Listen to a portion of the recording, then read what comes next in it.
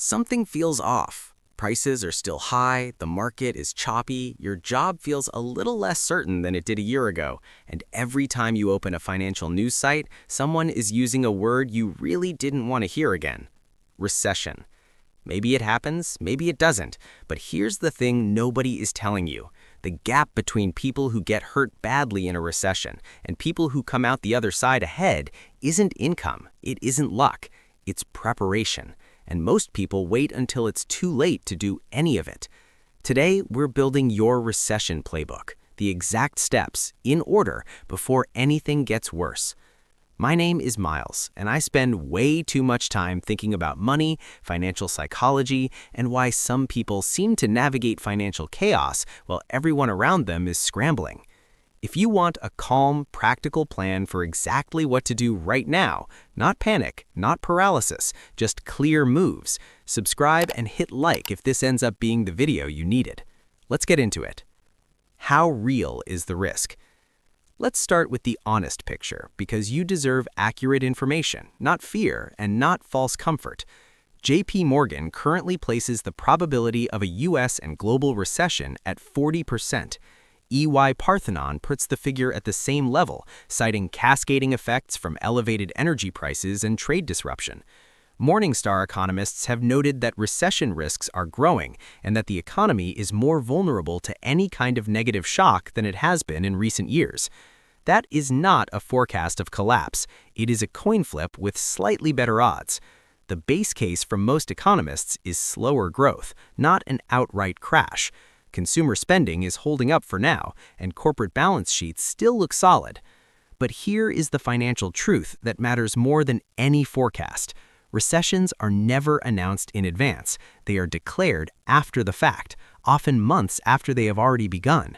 By the time the headline says recession, the job losses have started, the market has already dropped, and people without a plan are already in damage control mode. You do not prepare for a recession when it arrives. You prepare now, when there is still time to do it without pressure. The 5-step recession playbook. Step 1. Calculate your survival number. Before you move a single dollar, you need one piece of information most people have never calculated. How much does your life actually cost per month at the bare minimum? Not your current lifestyle, not subscriptions, dining out, gym memberships, just the floor.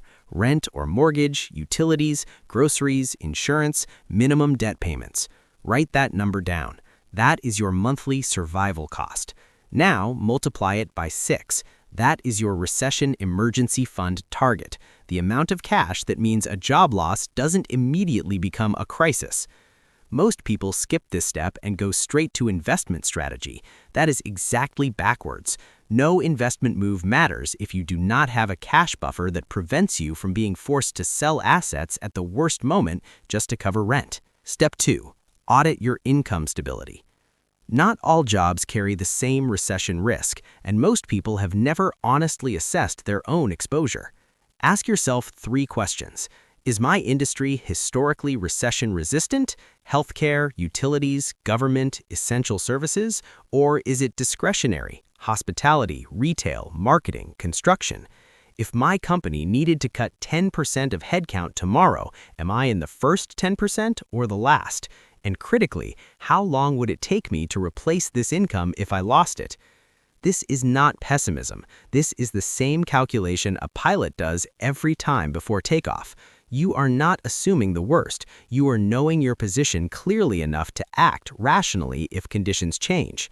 Economists note that the labor market is more vulnerable today than at any point in the current expansion, with hiring already falling to its lowest rate since 2013. That is worth understanding before it becomes personal. Step 3. Cut the spending that doesn't defend you. Here's the distinction most people miss. Not all spending cuts are equal. Some expenses protect your financial position, others are pure lifestyle. In a pre-recession window, the goal is not to slash everything and suffer. It's to ruthlessly redirect money from things that disappear without consequence toward things that build your buffer. Go through your last 3 months of bank statements. Identify every recurring charge, subscriptions, memberships, services, and classify each one as either essential or optional. Cancel the optional ones this week.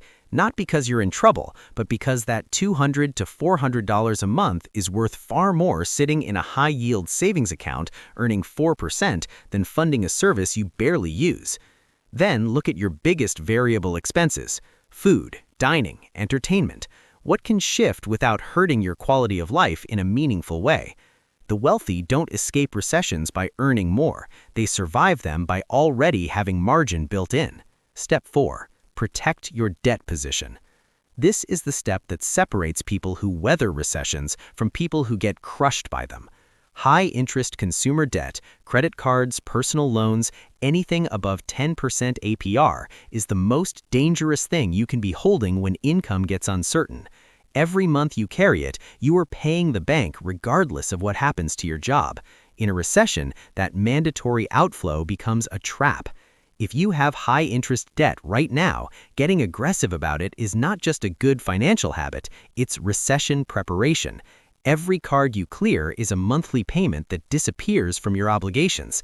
Every dollar of minimum payment eliminated is a dollar that stays in your pocket during a rough patch.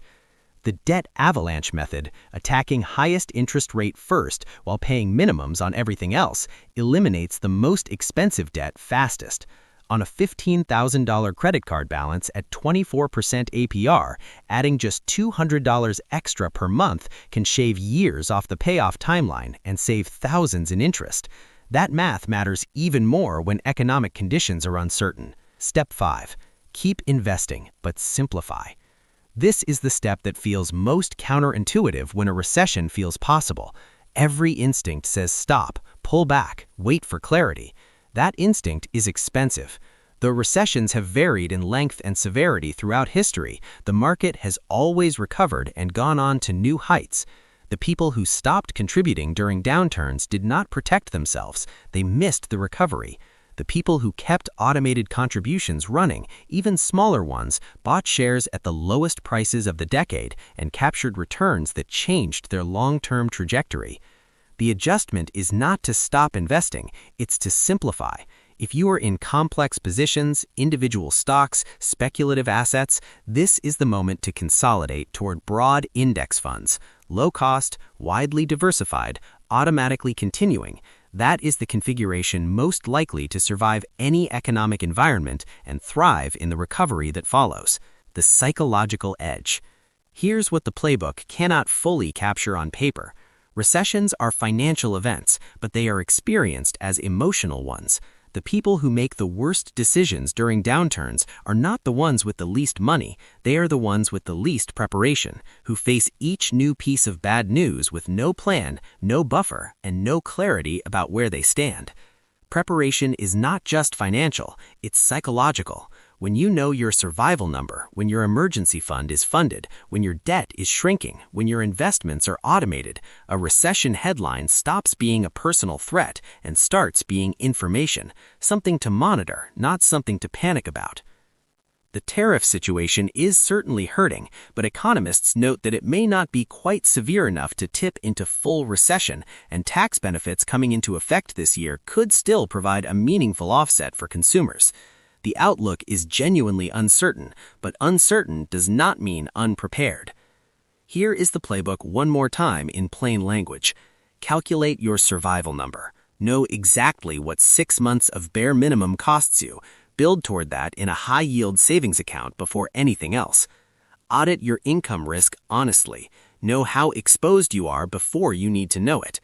Cut optional spending now and redirect it toward your buffer.